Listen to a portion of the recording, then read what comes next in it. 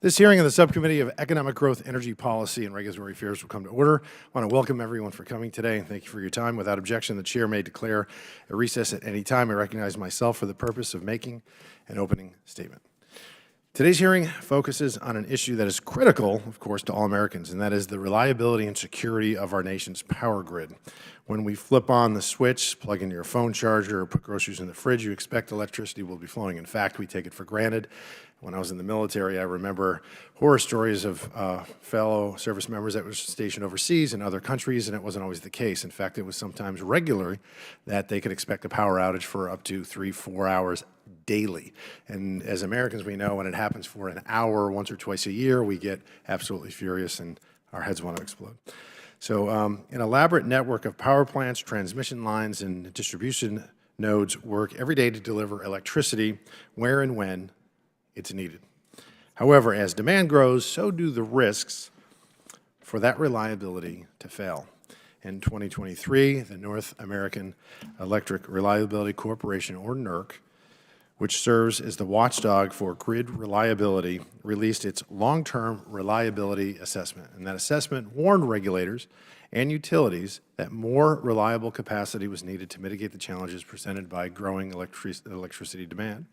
That is why it's urgently needed, and it's urgently important for Congress to engage in serious discussions to identify the risks to this reliability and safeguard our grid against threats. Many of these threats don't come from within the network. So where do they come from? Weather, of course, poses a significant risk to the grid.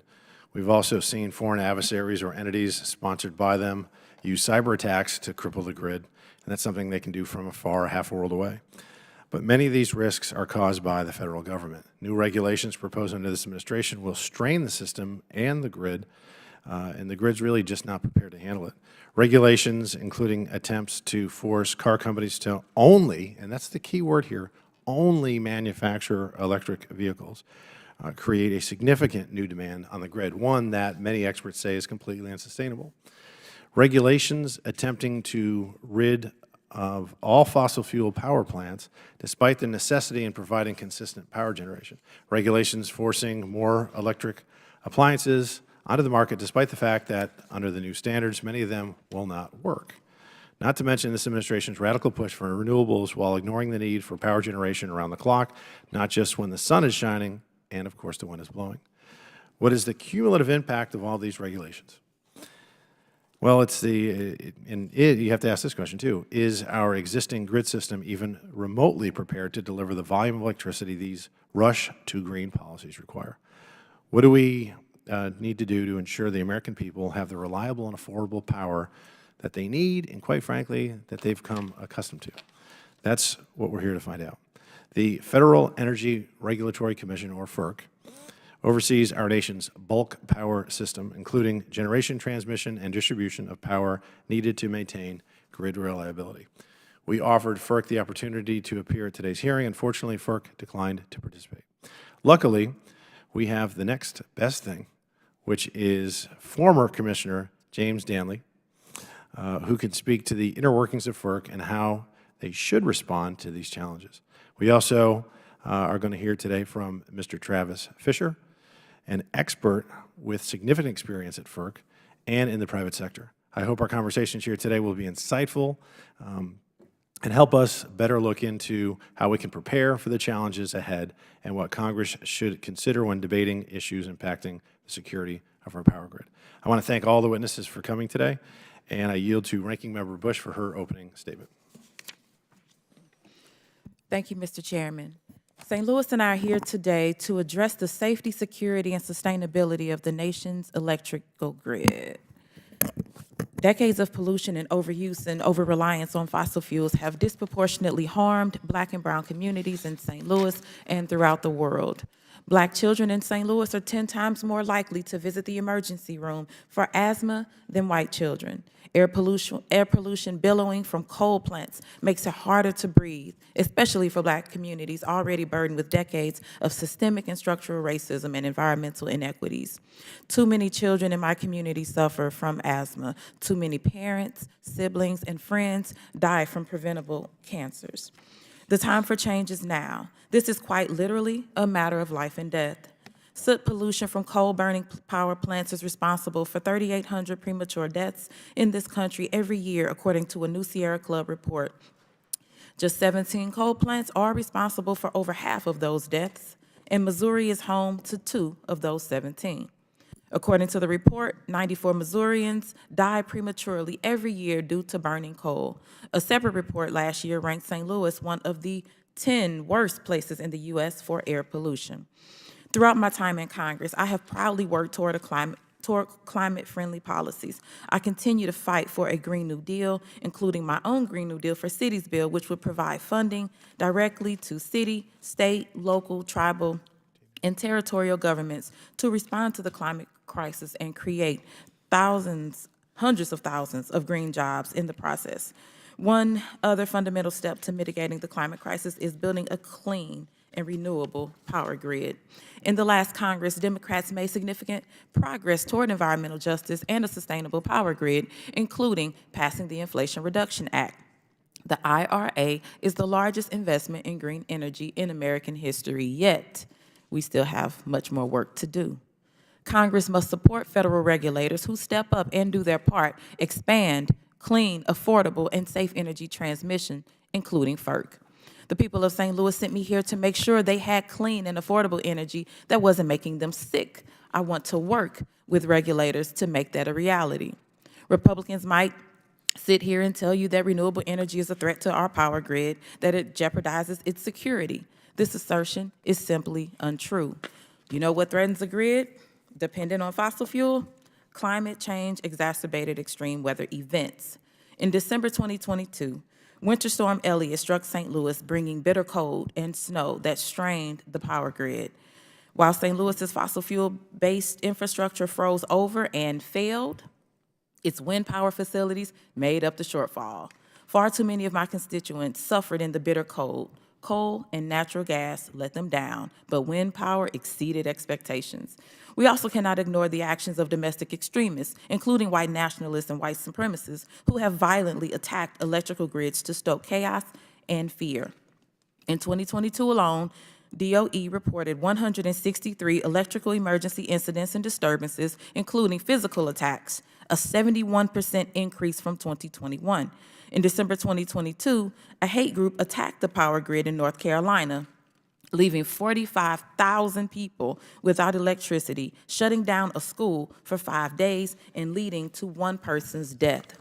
In February 2023, the Federal Bureau of Investigation filed charges against 2 domestic extremists who conspired to destroy power stations around Baltimore.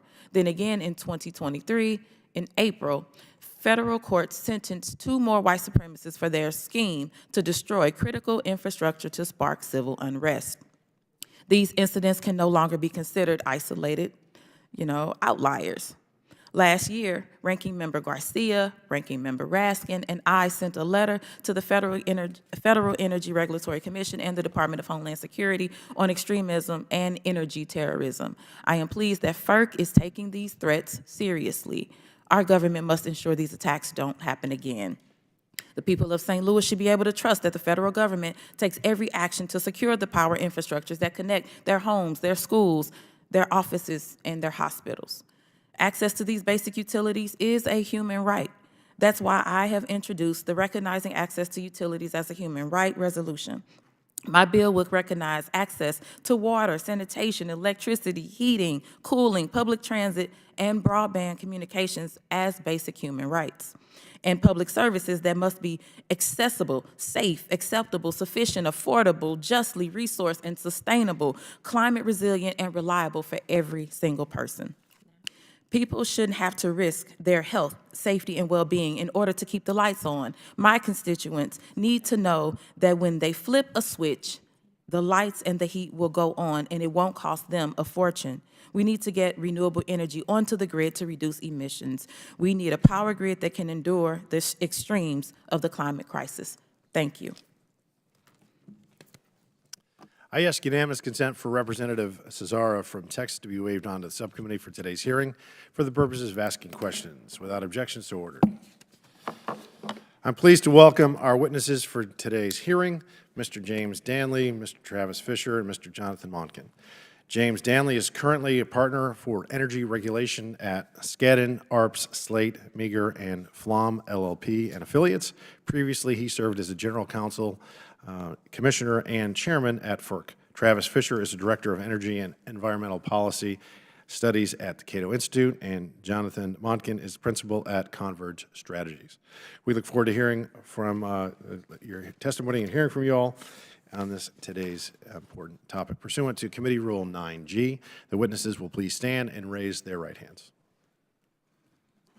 Do you solemnly swear or affirm that the testimony you're about to give will be the truth, the whole truth, and nothing but the truth, so help you God? Thank you. I let the record show that the witnesses answered in the affirmative. Please take your seats. We appreciate you all being here, as I just mentioned, for your testimony. Let me remind the witnesses that we have read your written statements and will appear in the full hearing record. Please limit your oral statements to 5 minutes. As a reminder, please press the button in front of you, the little red one, and so we can hear you.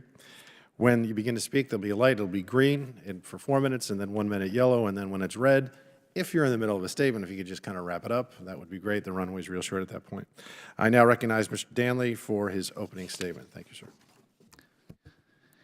Chairman Fallon, Ranking Member Bush, members of the subcommittee, it's an honor to be here today to talk about an important topic that really is of immediate interest to every American. And I appreciate the chance to share some of my experiences from having been General Counsel and Chairman of FERC. It's impossible, as has already been stated, to exaggerate or overstate the importance of a stable bulk power system. Virtually every aspect of American life depends upon having affordable and continuous electricity.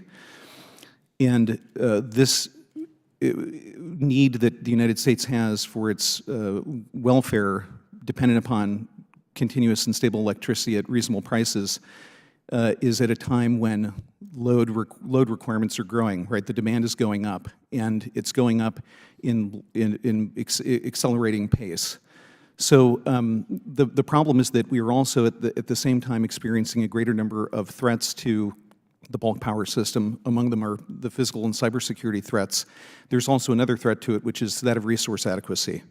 And so I want to just spend 2 seconds before we get to questions, as I did in my written testimony, drawing a bit of a distinction between two different concepts, resource adequacy and reliability. Reliability is that aspect of the bulk electric system that allows it to function and recover from predictable interruptions and problems quickly and without interruption of service. This is primarily driven by the NERC reliability standards, the standards that FERC oversees the promulgation of by NERC, and they are technical requirements. There are things like vegetation management protocols and proper operation of balancing authorities. There are also, for cyber purposes, the SIP standards that require certain types of minimal activities to be taken to ensure that critical assets are protected from cyber threats. Resource adequacy is something quite different. That's something that basically sounds in economics and regulation. Resource adequacy is the ability of the bulk power system to ensure that it can meet demand at all times. And you can have a perfectly reliable system that is, if there were power to get to a place that needs it, it could get there. But if you don't have a sufficient quantity of power, then you may have a reliable system, but you don't have a resource adequate system.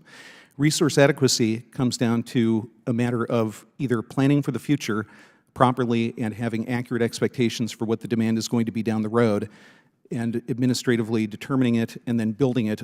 This usually happens in vertically integrated utilities, or states that have vertically integrated utilities through the Integrated Resource Plan, or in the case of the FERC jurisdictional markets, the ISOs and RTOs, by having market rules that properly incentivize the development of needed new generation. One of the problems that the markets have had over the last, I don't know, let's say 10, 15 years is that they have not always properly valued the new capacity that's required. And every market is different, the tariffs are different region to region, but there have been problems in properly incentivizing the arrival of new generation to meet load growth. This problem becomes all the more difficult when the markets have to operate and create those price signals upon which we rely to ensure resource adequacy when they're operating in the context of widespread and lucrative subsidies, which have the inevitable effect of warping price signals. And that means that you either over or undervalue the various types of resources that will ultimately come to the marketplace. And when resources are undervalued, you don't have enough of them, or you don't have enough of the right type of them. So I just want to make that distinction so that they can inform the discussion going forward. The word reliability does not apply to both resource adequacy and the technical requirements that come from NERC standards. Reliability has a narrow meaning, and resource adequacy has a different meaning, but the two of them are obviously interrelated concepts, and both are worthy of discussion today. With that, I look forward to your questions, and thank you again for having me up here. Thank you, sir. I now recognize Mr. Fisher for his opening statement. Good morning, Chairman Fallon, Ranking Member Bush, members of the subcommittee. I'm Travis Fisher. As the chair said, I'm Director of Energy and Environmental Policy Studies at the Cato Institute, a nonpartisan public policy research organization in Washington, D.C. It's an honor to be invited to speak with you today about the reliability and security of America's power grid. At the turn of the millennium, the National Academies of Engineering ranked the electric grid the greatest engineering achievement of the 20th century. The power grid should be an asset to American prosperity, but policymakers, through a multitude of subsidies, regulations, and mandates, have wounded it to the point that it is now becoming a dangerous liability. The stakes are high. A weakened power grid puts lives at risk. Reminders of this fact include the tragic loss of lives during Winter Storm Uri and the growing frequency of grid reliability events across the country. During extreme weather, Americans need reliable electricity to survive. Day to day, we need reliable and affordable electricity to thrive and grow the economy. As I see it, there are two distinct paths forward regarding electricity policy. The first, which I support, is to embrace American values and foster an electricity industry that harnesses free market competition to best serve the interests of consumers. This path recognizes the fact that most Americans are simply unwilling to sacrifice their well-being on behalf of a forced energy transition. The second path, which I fear is what we are on presently, is to force a transition to politically favored technologies that consumers don't want. Taking the second path is unwise. I want to highlight three major federal policies that lie along this path and the harmful impact they will have on the reliability and affordability of electricity in the United States. First is the Inflation Reduction Act, or IRA. The production tax credits in the IRA alone could cost American taxpayers $3 trillion by the year 2050. These tax credits reward electricity production from unreliable sources and distort the market signals that keep reliable power plants running. The result will be a weaker grid over time, not to mention a deepening fiscal crisis in the country. Second is the tailpipe emissions rule from the Environmental Protection Agency, or EPA. This proposal seeks to ensure that by 2032, 2/3 of new vehicles sold will be electric. Beyond taking away basic freedoms like the freedom to choose what kind of car to buy, this rule will place immense stress on the power grid by adding substantially to overall electricity demand, which is already growing because we find new ways to use electricity all the time. Third is the power plant rule from the EPA. The proposed rule mandates two technologies that are not adequately demonstrated: carbon capture and green hydrogen. The EPA heard from White House reviewers that the technologies are not ready for prime time, but the EPA seems to be establishing a new standard for its mandates. It claims carbon capture and green hydrogen are adequately demonstrated because they are adequately subsidized by the IRA. Take these two rules together, it means significantly more demand on the grid, excuse me, significantly more demand on the grid and less supply. The result is increased prices and, unfortunately, a growing number of energy shortfalls. What that means for electricity customers is higher power bills and increased risk of blackouts. California has become the poster child in the United States for an aggressive energy transition. It's also the only state that mandates electric vehicles while asking people not to plug them in at certain times of the day because the grid can't handle it. This is not the American way. We should be able to buy the vehicles we want, fuel them when we want, and not be stuck with $3 trillion, a $3 trillion tab for an unreliable grid. Economist Frederick Bastiat was correct when he wrote, and I'm quoting, "Treat all economic questions from the viewpoint of the consumer, for the interests of the consumer are the interests of the human race," end quote. The American people want reliable electricity at low cost, and policymakers should listen. In living rooms across the country, having low-cost electricity can make the difference between light and darkness. During emergencies, having reliable electricity can make the difference between life and death. It's not too late to stop the coming energy crisis because it's a crisis caused by unwise policies, and we can reform them. The power grid can be an asset to the American economy if we let it. I urge you to choose the path that will lead to a bright future for America. Thank you. Thank you, sir. I now recognize Mr. Momkin for his opening statement. Good morning, Chairman Fallon, Ranking Member Bush, and distinguished members of the committee. Thank you for the opportunity to speak with you today on the vital subject of our nation's electricity grid. My name is Jonathan Monken. I'm a principal at Converge Strategies, where I advise clients at the federal and state government level, as well as the private sector, on the development and implementation of strategies designed to improve the energy resilience of critical infrastructure systems with an emphasis on the U.S. Department of Defense. Often referred to as the world's largest machine, the North American grid is a vast network of assets designed to deliver electricity to all of its customers in a safe, efficient, and reliable manner. Today's hearing is timely for two reasons. The grid is undergoing an unprecedented transition related to the ways we generate and use electricity, and the reliable delivery of service to customers is under threat by natural and man-made risks that demand our collective attention. The issue of grid resilience must be understood as an issue of national security. Just as we would not leave the defense of our country to chance, the energy system that underpins our collective economic and reliability needs must be supported through targeted planning, investment, and policy. In my testimony, I'll provide context to both issues and highlight the importance of grid planning and oversight to address the risk that they represent. The grid transition is driven by two primary factors, including unprecedented increases in customer demand, known as load growth, and the transition to carbon-free energy sources of electricity generation. The federal government plays an essential role in developing policy, supporting technical standards, and collaborating with the private sector to ensure the grid is prepared to meet the energy needs of all of its citizens. Over the past year, grid planners nearly doubled their 5-year load growth forecast, with the nationwide demand for electricity expected to rise sharply from 2.6% to 4.7% over the next 5 years as outlined in 2023 FERC filings. This increased consumption is a reflection of more than $630 billion in private sector investment in new manufacturing, industrial, and data center facilities. Meeting this demand is essential to domestic economic growth and requires deliberate action to deploy and sustain energy resources. Across all grid regions of the United States, 2 terawatts of new generation, more than 94% of which are renewables and battery storage, are queued up to meet this demand. Large-scale wind and solar power plants are competitive with existing conventional generation and offer cheaper power than fossil fuel facilities.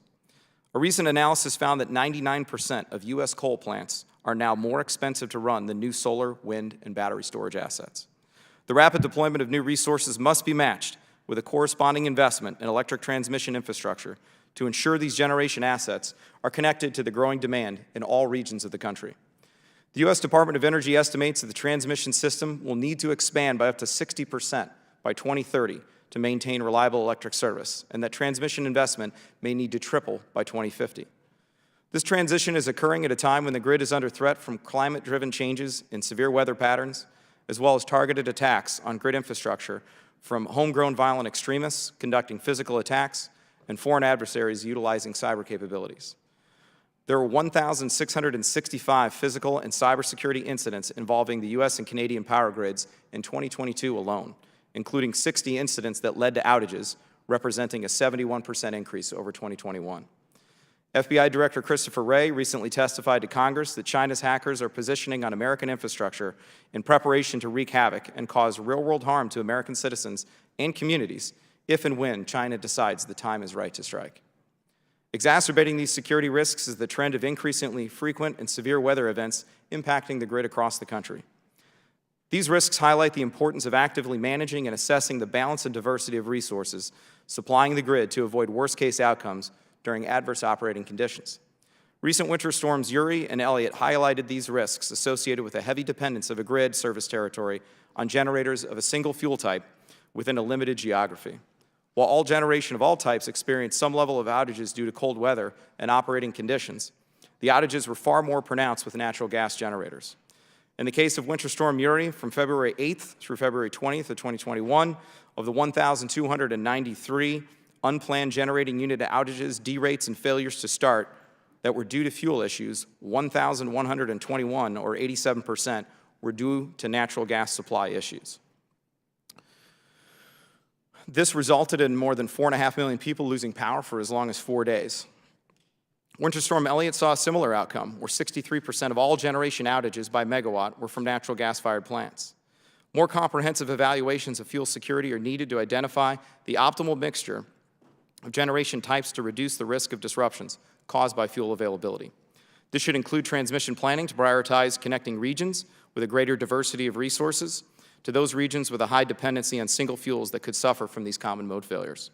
Expanded interregional transmission will help alleviate reliability issues associated with, for example, the forced outage rates of generation that far exceeded grid operator planning criteria during these recent cold weather events. Thank you again for the opportunity to discuss this important matter with the subcommittee, and I look forward to your questions. Thank you, gentlemen. I appreciate it. Now, sorry about that. I now recognize myself for 5 minutes of questions. Mr. Danley, you spent numerous years at FERC, including as General Counsel, Commissioners, Chairman. Yeah. Last year, the EPA proposed a rule, commonly referred to as the Clean Power Act 2.0, which targets emissions from fossil-fueled fired power plants. On August 8th of last year, you sent a letter to the EPA Administrator Regan stating, and I quote, "While the proposed rule could, by itself, significantly impair reliability, the Commission must also consider the proposed rule amidst the numerous other public policies that increasingly jeopardize the reliable operation of the bulk electric system." Just how severely could the Clean Power Act 2.0 rule, in your opinion, impair grid reliability simply on its own? As the process was going forward, my concern was that the EPA had not taken into consideration what the reliability consequences of the rule were going to be. And on top of that, and more specifically, there was no inquiry done at the time, and this was adduced on the record during a hearing in front of the Commission during our Reliability Tech Conference. No specific inquiry was made into the effect on the markets. One of the biggest problems with these sort of external effects on the power generation system is that the markets are market mechanisms in which generators have to offer in, and it is on the basis of those offers that are then accepted through this bid stack that clears that the generators ultimately are going to be called upon to deliver power. When you have a very expensive system, a regulatory system that's imposed, that changes all of the pricing that the generators are going to be subject to or going to require in order to remain solvent.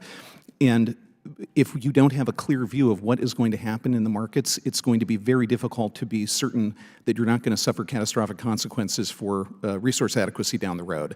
So by itself, I think that the Clean Power Plan could potentially create extraordinarily expensive prices in the markets. And what I'm really concerned about is not that, because that's a public policy decision. What I'm concerned about is that it seems to be undertaken without full knowledge of the consequence. Okay. How much more could the other public policies to which you referred to, like the EPA's EV mandates and large government-funded subsidies for renewables, how could that impact cost and reliability?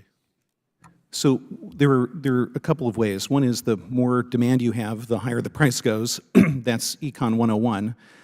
There's another problem, which is that in order to get hold of the power that would come from the large deployment of renewables that a lot of public policymakers want and expect to have happen, there needs to be a huge build-out of transmission. I'm skeptical that that build-out of transmission is even feasible, given the cost. It's an extremely capital-intensive proposition to build out that amount of transmission, and given the regulatory risk that attends any large infrastructure project in the United States.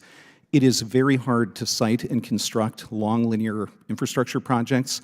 The likelihood of being defeated on appeal from a NEPA, if this were ever a matter of citing and permitting by FERC, would be very high. And there's a reason why many of the transmission projects that have been proposed and talked about before have failed. It's either because they're unpopular and the citizens of the jurisdictions in which they're proposed simply don't want them, or we have problems with cost allocation in which they may be meritorious from an engineering standpoint, but they don't actually reduce the cost to the consumers. So the more of these policies that are implemented, the more expensive the transmission system is going to be, and that is going to result ultimately in a higher all-in bill to end rate payers. Let me ask you this, too. Your August letter stated that the EPA's assertions that the EPA did not, in fact, consult the Federal Energy Regulatory Commission in its analysis of the proposed rules, quote-unquote, potential reliability effects. You go ahead. Yeah, no, I'm sorry, I didn't understand the question. I did write that in the letter, yes. So can you clear this up, and what are the potential implications of the EPA's failure to properly solicit the Commission's counsel, especially on a rule which targets 60% of our nation's power generation? Well, I would have thought that it was fairly clear. If you engage in a large rulemaking that has profound effect on an entire segment of the economy without a clear understanding of what the reliability consequences are, not only do you fail to undertake the duties that are assigned to you, but you could potentially be engaging in policy that has unforeseen consequences that could be quite deleterious. These are the sorts of things where you probably ought to satisfy yourself that the consequences are known before you embark upon them fully. Okay. Thank you. And without objection, I'd like to request unanimous consent to enter into the record Mr. Danley's letters from August 8th, 2023, November 8th, 2023, and December 20th, 2023, which outlines his concerns with this issue. Without objection, so ordered. I now yield to Ranking Member Bush for her 5 minutes of questions. Thank you, Mr. Chairman. St. Louis and I are here today for this convening on threats to our nation's power grid and to elaborate on the real, actual attacks it faces by white nationalists across our country. For years, law enforcement and researchers have been monitoring violent white supremacist groups and their targeting of our country's power grid. Many in these groups call themselves accelerationists. They've put out how-to manuals to make it easier to attack critical infrastructure like the electric grid, and are convinced that the best way to achieve their goal of a white supremacist future is to cause a societal collapse by plunging it into darkness. Mr. Monken, I briefly spoke during my opening remarks, but are domestic terrorist groups a current threat to the United States energy infrastructure? Yes, they absolutely are. Okay, thank you. Unfortunately, those with hate in their hearts do not want to see all communities of people succeed, especially our Black and brown communities. Over the last 2 years, the FBI arrested 3 different groups of white supremacists for attacking or plotting to attack our power grid. Mr. Monken, what steps have the federal government and federal energy regulators taken to address the risk of physical attacks on the electric grid? Currently, I believe they're insufficient, frankly. So there are some existing standards known as CIP, or Critical Infrastructure Protection, specifically designated CIP 14 for physical security of critical installations or critical substations within the bulk electric system. But right now, it's still insufficient for what we need. Thank you. And then, Mr. Monken, what can Congress do better to ensure that the national electric grid system is safe from physical attack? What can we do? Having a clear understanding of what the most effective mitigation strategies really are from a physical security standpoint, I think is hugely important, and then placing a significant priority on how those projects are ultimately introduced, reviewed for their just and reasonable costs, and then ultimately approved to make sure that those facilities are secure enough that we have confidence that they'll deliver that reliable power that the people need. Okay, thank you. The people of St. Louis currently face high utility bills, extreme weather, and air that is unhealthy to breathe. And on top of all of that, white supremacists want to sabotage the power grid and foment chaos and fear in our communities. We must invest in and foster the growth of green energy and the infrastructure needed to deliver power to the people of St. Louis. I look forward to working with FERC to make this happen as quickly as possible. My constituents don't have time to wait. Now, on the issue of our clean energy transition, according to the National Oceanic and Atmospheric Administration's chief scientist, quote, not only was 2023 the warmest year in NOAA's 173 climate record, it was the warmest by far, end quote. And so that's scary. And it's unacceptable. It's unacceptable for our children and for our grandchildren who will inherit this mess if we don't address the horrors of climate change. So, Mr. Monken, very briefly, how does climate change affect the community's need and demand for energy? Well, in a very significant way, recognizing the fact that not only are these climate-driven events a significant exacerbator of existing challenges that we have for grid reliability, meaning they're more likely to cause the types of outages at both the scale and the duration that are going to have those very human consequences, they also disproportionately affect communities of low economic status, recognizing they disproportionately affect these minority communities that do not have the financial wherewithal or the ability to avert the worst case impacts of those particular disasters. So it's something that we really need to address through a deliberate action towards energy equity, recognizing that the ability to pay is not the prerequisite for the ability to receive the reliable power that you need. That's a quote. In my opening statement, I spoke of my constituents and marginalized communities who bear the brunt of the high cost of burning fossil fuels for power generation. These costs can be both physical and monetary. Mr. Monken, can you briefly explain how investing in clean power grid enables economic growth? Absolutely. The aggregated economic impacts of the clean energy transition are dramatic and significant. And when we look at where jobs can be really built and sustained in support of the green energy transition, it's a much more equitable distribution of where those jobs can really be built and then again sustained as we get through the transition itself. So recognizing that this is a necessary driver, we should not be in the back seat for the clean energy transition and let even global adversaries take a pole position on how this transition occurs. We really need to enforce our right to be able to be the first movers in this space and harness the full economic value of it. Thank you, and I yield back. Chair now recognizes Mr. Donalds from Florida for his 5 minutes of questions. Thank you, Chairman.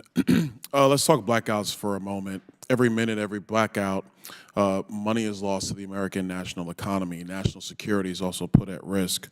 According to the Uptime Institute in 2022, their outage analysis, more than 60% of significant power outages result in at least $10,000 worth of economic loss. Mr. Fisher, do you agree with this statistic? I do agree with it, and in fact, I'm concerned that that's going to keep going. Okay, thank you.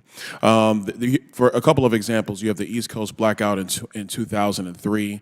The power outage blacked out 8 states, 50 million people were blacked out for 2 days. Approximately $10 billion were lost in economic output. $1 billion worth of losses in New York City alone. I remember that one because my mom told me she had to walk back across the Brooklyn Bridge from Manhattan because everything was shut down. Example number 2, Winter Storm Uri in Texas in 2021. Extremely low temperatures caused blackouts resulting in deaths of 200+ people, caused tens of billions of dollars in economic damage. Mr. Danley, on a day-to-day basis, what is the number one cause of power outages in the United States? That is, I'm not sure what the number one cause is. They range from unexpected outages of transmission lines to maintenance issues with the generators. The thing is, when you talk about outages, there are 2 different types.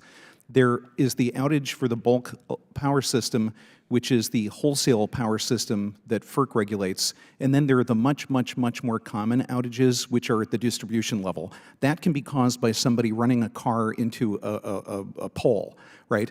99%, I would guess, of the outages that people experience are distribution level outages and don't ever implicate the fundamental stability of the bulk electric system.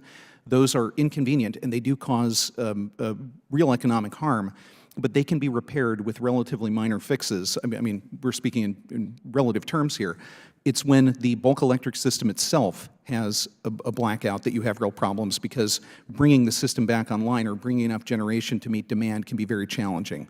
So there has to be a distinction made between distribution level events, 99% of the problems we have, and the more profound and serious cases for the bulk electric system. All right, so let's dig into bulk electric system outages. Currently, roughly 60 to 75% of the grid is what we would call fossil fuels and/or energies like nuclear that are consistent in output. Roughly 21% is now solar panels and wind turbines. What is the issue with solar panels and wind turbines in terms of being a part of the overall bulk power portion of the electric grid? So I don't actually know if the statistics you quoted there are for nameplate capacity or actually delivered energy. I'm not sure which of the 2 it is. I think it's a little high if you're talking about actual delivered energy. But the dispatchable resources you're talking about, thermal resources like coal and gas, hydropower, and nuclear are capable of being, unless there's some unexpected maintenance problem or the like, are capable of being scheduled, and you can be certain that they're going to be there when required. You choose them based upon what the least cost unit is to dispatch, but the one thing you know is that if prices rise, you will still have those to rely upon. Wind and solar, intermittent resources, unless they have some kind of a battery backup, do not have the ability to deliver power at any time. It's only when the resource is available, the sun is shining or the wind is blowing, they're intermittent. They also have another problem, which is that they're not as easily able to offer the ancillary services to the transmission system that the transmission system relies upon. I'm talking about things like voltage support. These are ancillary services that are absolutely required by the transmission system, and inverter-based resources historically have not done that. They're working on what they call grid-forming inverters, but they're widespread. I want to just clean up. So, Sure. in other words, when you're dealing with natural gas, nuclear, hydropower, thermal, et cetera, those are consistent deliveries to the overall grid. There's never really any downtime in those, but wind and solar have downtimes like if the wind isn't blowing or if the sun isn't shining, correct? For the most part, you were able to predict the downtime of the thermal and dispatchable resources, yes. Okay, secondary question, and actually, Mr. Chairman, for the record, I want to submit an article. The U.S. has billions of wind and solar projects. Good luck plugging them in. Written by the New York Times, February 23 of 2023. Without objection, so moved. All right, so Mr. Danley, a quick follow-up on all of this. With all of these solar and wind projects that are trying to come online, if they are not consistent flows like, say, nuclear, is battery technology sufficient to capture the load, the generation of these energies so that they can be applied to the grid? Not in any way that would be affordable or widespread, no, not right now, and probably not for the foreseeable future. Thank you. I yield. Chair now recognizes Ms. Brown from Ohio. Thank you, Mr. Chairman. This is one topic where we can all agree our power grids are critical to the nation. Unfortunately, the grid is under threat from multiple directions. Climate change is straining our aging grid and stressing the system during increasing heat, cold, and other extreme weather systems. In the worst-case scenario, grid failures can mean no air conditioning during a heat wave, no lights during a late-night thunderstorm, or a skyrocketing heat bill in the winter. As a member of the Select Committee on Strategic Competition with the Chinese Communist Party, I have also heard firsthand about the CCP's hacks of our electric grids and the danger it poses on our national security. And echoing Ranking Member Bush, the power grid has become a new target for domestic extremists attempting to destabilize our country and foster fear and chaos, particularly in the Black community. This is absolutely unacceptable, and I applaud the Department of Justice for holding these bad actors accountable. The Biden-Harris administration and Democrats in the 117th Congress made unprecedented and historic investments in our nation's power grid by passing laws like the Bipartisan Infrastructure Law and the Inflation Reduction Act. These laws provided billions of dollars for hardening the grid against severe weather, preventing electricity outages, and promoting green energy infrastructure. So turning to you, Mr. Munkin, how would you characterize the impact of the Bipartisan Infrastructure Law's nearly $15 billion electric grid reliability, resilience, and cybersecurity investment? Frankly, it's transformative. So essentially, it provided a level of funding that had not been seen previously when it comes to making targeted investments that directly support the types of grid reliability and critical infrastructure availability that we're discussing in the panel here today. So being able to make that type of investment is foundational to making sure that not only are we successfully making the clean energy transition, but we're also trying to put the infrastructure and security measures in place to really avoid the types of worst-case outcomes that we're describing here. So it's an essential contributor to what we need to do. Thank you. And Mr. Munkin, how do you see these Biden-Harris investments in our energy grid lowering costs for all of us in the long term and promoting a cleaner environment? Yeah, the low-cost component of this, I think, is central to the discussion because it really needs to be emphasized that when we're talking about what is the most competitive and what is the lowest cost form of electricity generation, it's really stabilizing investments in those particular areas. So it really is going to have a stabilizing effect overall across the country on making sure that we have affordable and clean power. It also really sets the conditions for success of being able to make the scale of investment in infrastructure like high voltage transmission that can continue to lower overall costs for consumers across the country. Thank you. And lastly, Mr. Munkin, how do problems with our energy grid disproportionately harm low-income and Black and brown communities? And how does Biden's Justice 40 initiative to ensure 40% of benefits from federal investment reach marginalized communities come into play?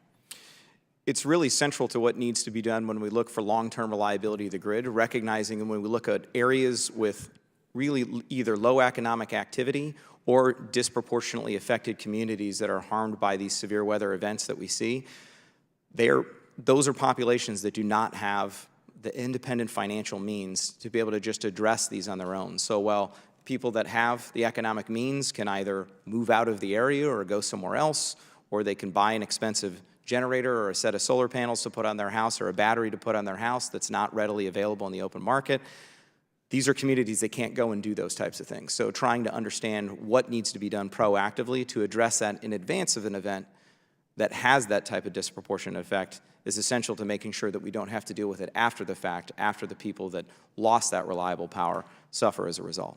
And thank you so much.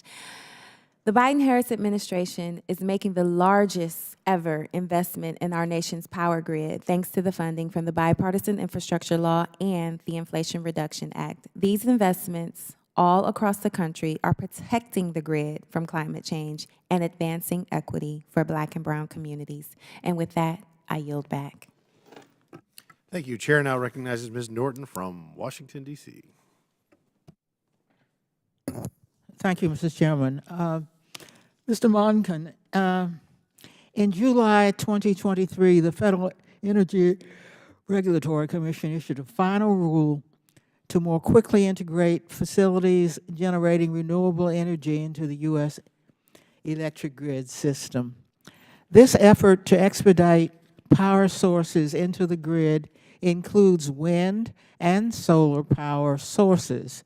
This rule is a long time coming and aims to help mitigate a nationwide backlog of clean energy suppliers seeking interconnection to the national power grid in ways that create cleaner energy at lower cost with greater reliability. So, Mr. Monken, why is it crucial for renewable energy to be a lasting, sustainable part of the national power grid?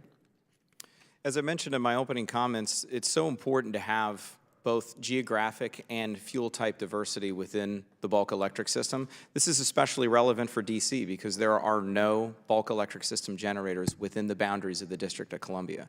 So being able to make these types of targeted investments and setting policy that makes it easier for those types of resources to come online has a tremendous impact on the populations that they ultimately serve. So in this particular instance, being able to clear some of these roadblocks that allow more of these resources to enter into the system really opens up these additional opportunities to make sure that there's adequate energy to meet everybody's needs. Well, Mr. Monken, how does adding more renewable energy to our national power grid help make it more secure from both cyber and physical threats? So the nature of renewable energy itself it does not require the same level of control systems that are necessary for both spinning reserves of fossil burning plants just in general, and just understanding that if you can co-locate a lot of these renewable energy resources, because the difference between living close to a coal plant, as was raised by the ranking member, and the difference between living next to a clean burning renewable energy resource really makes a significant difference in how far that electricity has to travel in order to serve the loads that are near to it. So I think you have a couple of different opportunities here from a security standpoint to really deploy renewables in a much more secure manner. These are really modern resources that we have the ability right now to build security in as we deploy them, recognizing that they're more distributed in nature, they're more closely located to the loads that they serve, and they give us better opportunities to ensure that they're protected when they go in. Mr. Munkin, right now, renewable energy sources like onshore wind have lower energy generation costs than new coal and natural gas plants. These renewable energy sources offer less expensive power options for renewable energy sources, offer less options for consumers than existing fossil fuel facilities provide, according to a recent International Energy Agency report. These energy sources are more affordable today than they have ever been in the past, greasing the economic wheels of a clean power grid. Moreover, failing to upgrade the U.S. electrical grid system limits the potential transformative possibilities of the Inflation Reduction Act, landmark legislation Democrats passed, and the Biden-Harris administration is breaking ground on Inflation Reduction Act projects in communities across the nation. So, Mr. Munkin, how does the Federal Energy Regulatory Commission's new rule dovetail with the Inflation Reduction Act to transform communities? I think this is FERC taking the opportunity to recognize that this is a volume game. And I think we've agreed, and the way that we've communicated how we need to try and address reliability issues is with large-scale deployment of energy resources. So going back to a question around or a comment around resource adequacy, this is the opportunity to make sure that we can deploy the scale of power generation, and in this case, clean power generation, to try and meet the growing demand that we have on the system. So for FERC, I think it really comes down to making sure that there's a clear understanding of the ways in which we can facilitate things like investment in transmission to supplement the investment in clean energy that we're making right now. And I think that's central to the issue that needs to be addressed, is making sure that the grid is able to receive all of that power that needs to come onto the system and deliver it to the people who need it. Thank you, Mr. Munkin.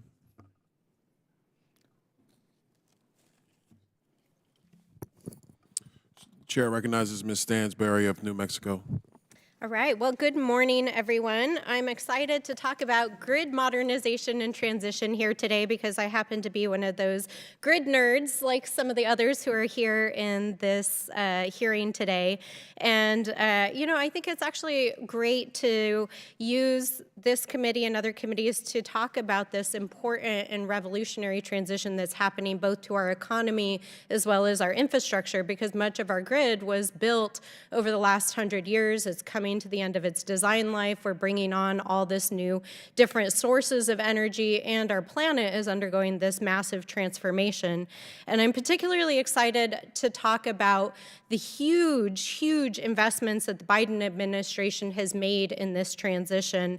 In fact, the Biden administration, as has been said here in this hearing this morning, has made once-in-a-generation investments in our grid, in technology, in reshoring manufacturing, through the bills that we've been talking about and that we passed here in this body, the Congress before this. So that includes the Inflation Reduction Act, as we've been talking about, the Infrastructure Investment Act, as well as the CHIPS and Science Act. And this represents in total the largest single investment in the clean energy revolution, not only that the United States has ever made in America and our economy, but that any country ever in the history of the planet has made in any country.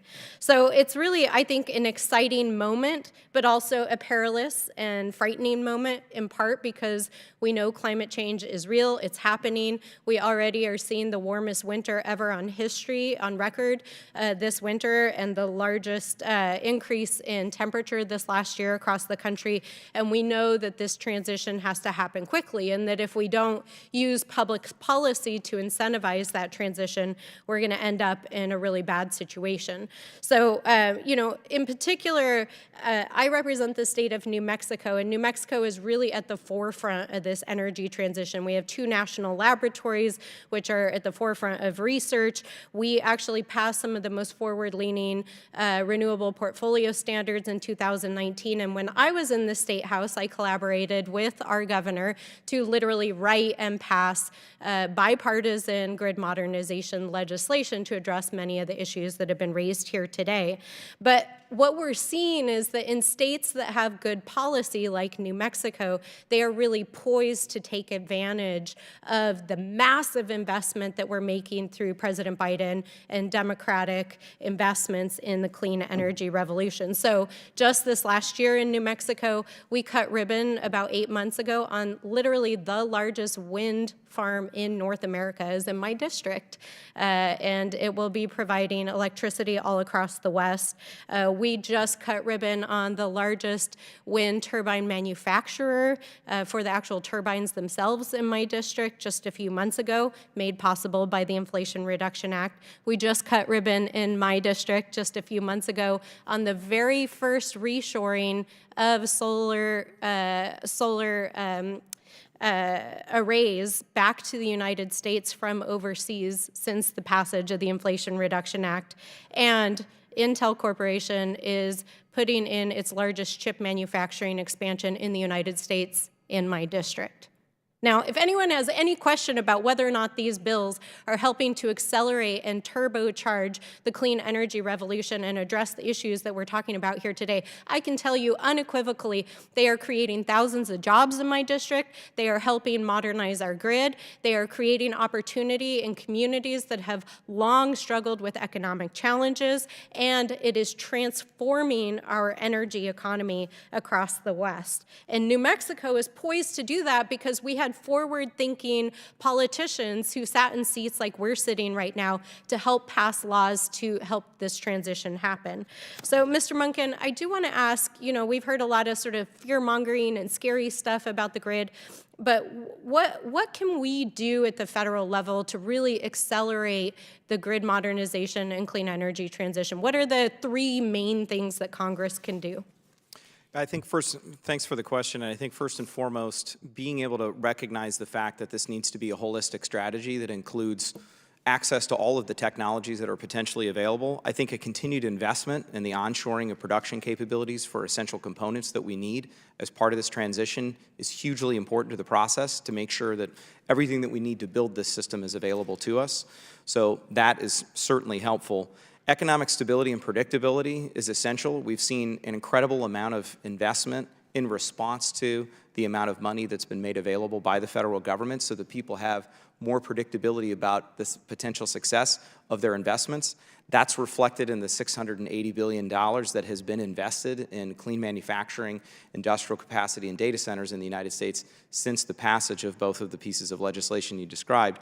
And I think the last and possibly the most important component right now is to include transmission in the next round of legislation that's actively targeting how we really incentivize infrastructure investment in the country to make sure that all of those pieces fit together.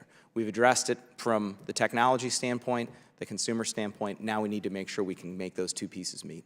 Great, thank you. Gentlelady's time has expired. Chair recognizes Mr. Kassar from Texas. Thank you, Chair. Today I want to talk about Texas. I want to submit into the record an article from today's Houston Chronicle that states Texas had the most power outages in the country in the last 5 years, new report finds. Without objection. Thank you, Chair. Texas has had severe power outages. We've been talking about them today in committee, especially how Winter Storm Uri took hundreds of lives and left millions and millions of people without power. And my first question is actually for you, Mr. Fisher. Not news that the Cato Institute, where you're at, is on the right end of the political spectrum. Wouldn't shock anybody to find out I'm a progressive's progressive. But there have been areas of important agreement that we've discovered in some of these committee hearings. For example, having a more free and fair and legalized system of migration as a place where many progressives and your organization have actually found some common ground. And I have questions for you on this issue first. And so my first question for you is actually not about the electric power grid, but about, for example, Texas exports oil, famously exports LNG. And I would assume that your organization would frown upon Texas not being allowed to export or import, say, liquid natural gas or oil and gas. Yes, I see that as a free market, a free trade issue. Exactly. We have an issue for 90% of Texas where we actually aren't able to export electricity when we generate more electricity than it is that we are going to buy. And we also can't import it when we can find lower prices from other states or other generators, or when there's scarcity like we had in Winter Storm Uri. And so would your organization see it as important for regulators to not prevent the export or import of electricity if Texas is in fact generating quite a bit of that? So my take on this is actually that there is no explicit limit to trade. There are DC ties, so there are direct current ties that go from ERCOT to outside of ERCOT. However, the thing that I would note, as free market as we are, one of the issues that I'll speak for Cato and for myself, federalism matters, especially in this area where the grid is so complicated that if we don't have a patchwork of experiments that the states offer, we lose out on crucial data on what works and what doesn't. Understood. And I would assume that whether the federal government mandates connections or not, or subsidizes them or not, might be areas of disagreement. But I actually am genuinely looking for areas of agreement here. And so if the private industry were interested in interconnecting ERCOT to be able to sell power back and forth and wanted to do that of their own accord, but regulators were to say, no, we don't want to do that, would that be an area where you and I would agree potentially that private actors should be allowed to interconnect between Texas and other areas to reduce prices for Texans, increase competitiveness, and increase reliability? Again, the method of getting there, we might disagree, just like in other areas, but I'm just trying to figure out, because frankly, in other committee hearings, I've been surprised to find that there are areas where we're trying to get to a similar policy goal. As I view this issue, in fact, it's a state policy issue. So it's not up to me, it's up to the state of Texas. And I've never lived in Texas, but I know that you don't mess with Texas. And that's kind of the approach that I take to this. It's a state policy issue, and I don't believe it's the federal government's job to come in and tell Texas what to do. I understand, and again, I'm not asking you that question. I'm asking, would you support regulators saying, no, you cannot sell power in and out of Texas? And I think it's okay. You can think about it maybe next time less of a... No, it's entirely up to Texas, the folks of Texas who want to make that policy. It's entirely up to them. Well, the policy decisions of folks in Texas have left 90% of people isolated on ERCOT, but some parts of Texas were not. Whether you were in Chairman Fallon's district up in North Texas, significant parts of his district not on ERCOT, Ms. Escobar's district in El Paso in the western part of Texas, or Mr. Weber's out in Beaumont that are not in ERCOT. Those areas suffered way fewer outages, much fewer outages, still suffered outages, but much less blackouts than those folks that were on ERCOT. And so, Mr. Munkin, I have a question for you. You've been talking about how important it is to build out transmission. Is it, in your view, is it the best thing for energy competitiveness in the country, for electric reliability across the country, and for preventing these blackouts for us to allow interconnections in and out of Texas? Yes, I think the proof is in the data of recognizing that areas that are not subjected to that level of isolation from a transmission standpoint are historically lower cost for the consumer and higher reliability for those consumers as well. Thank you, Chair, for the time. Look forward to working across the aisle if we can on this issue. I yield back. The gentleman yields. Seeing no other members are here in the hearing today, the chair recognizes the ranking member for a closing statement.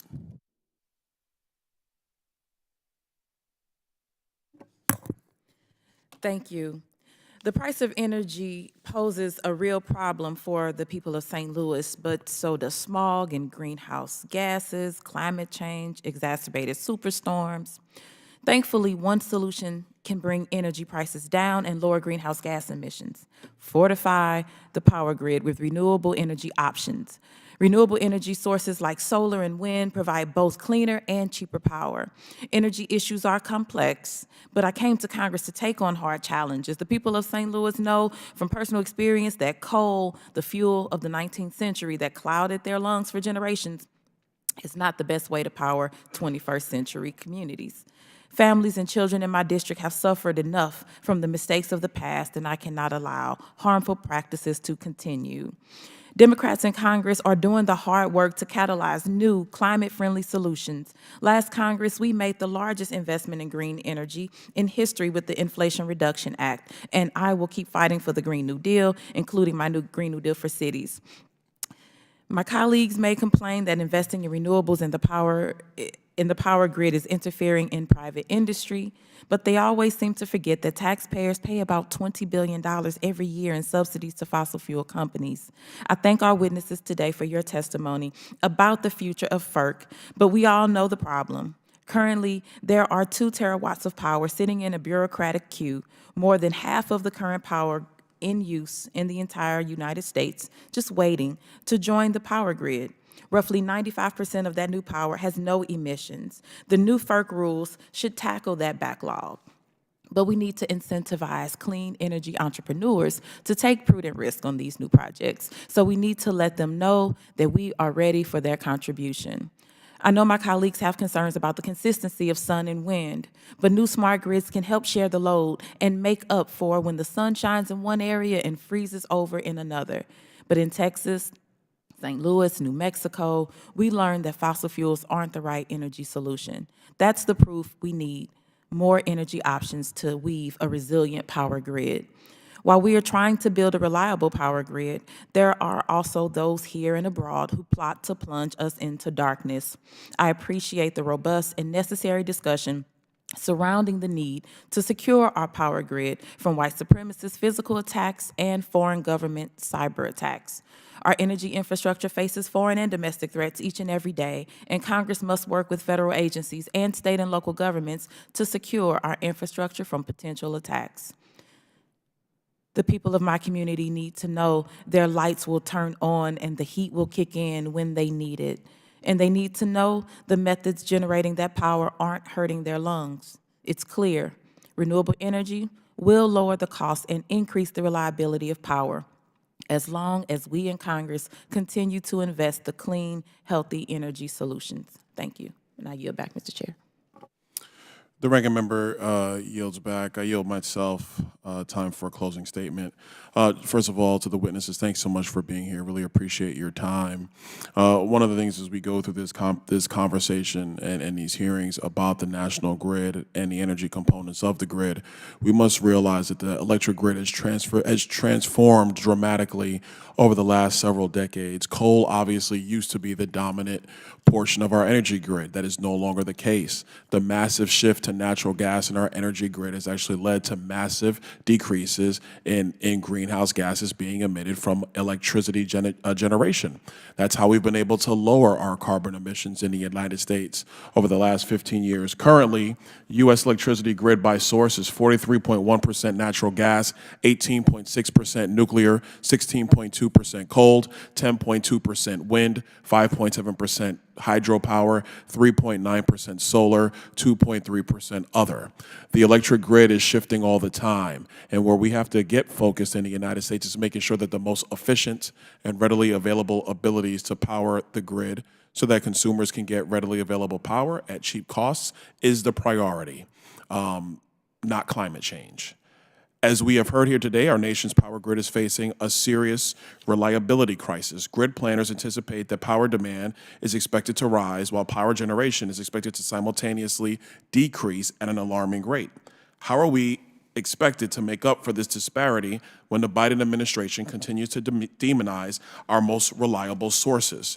Federal regulations and renewable subsidies are distorting our resource mix in ways that will make our electricity less reliable and less affordable to consumers everywhere, regardless their politics, regardless their income levels.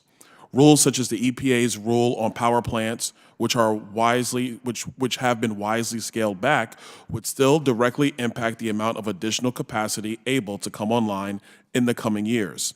Electric vehicle mandates and other initiatives that would radically increase electricity demand would create additional strain on the system while further increasing our dependence on China for critical minerals. Essentially, If we go to more renewable energy, we're going to need more batteries. If we use more batteries, the critical minerals for batteries are not mined in the United States. They are mined by the People's Republic of China. And we will be relying on China to expand and maintain our electric grid. I don't know about you, but that's not very smart. Simply put, the Biden administration's never-ending quest for green at all cost policies is making America's electric grid less stable. Even NERC's 2023 ERO Reliability Risk Priorities Report named the changing resource mix as the #1 threat to electric reliability. Congress has a responsibility to oversee the massive federal initiatives straining the system and impacting the reliability and resiliency of our grid. Americans rightfully expect electricity to be flowing even when external factors such as severe weather events create strain on these systems. And while unforeseen risks to the electric grid are certainly a cause for concern, there are steps we can take to mitigate as many of the known liabilities as possible. This includes ensuring policies and procedures do not add unnecessary stress to our existing power capacity. Just as so many sectors depend on bulk electrical systems to function, the grid itself relies on an intricate resource supply chain to operate effectively. Delays in the permitting process of everything from natural gas pipelines to transmission lines add unnecessary uncertainty and cost to utilities and ultimately costs to the consumers. As we look to build out the bulk electric system in time to meet growing demand, I urge my colleagues in Congress and the White House to recognize the limitations of a renewables-only agenda and implement policies that will safeguard, not jeopardize, Americans' access to power. I thank all our witnesses for being here today and for sharing their insights on these issues. In closing, I want to thank our panelists for today's testimony. With that, and without objection, all members will have 5 legislative days within which to submit materials and to submit additional written questions for the witnesses, which will be forwarded to the witnesses for their response.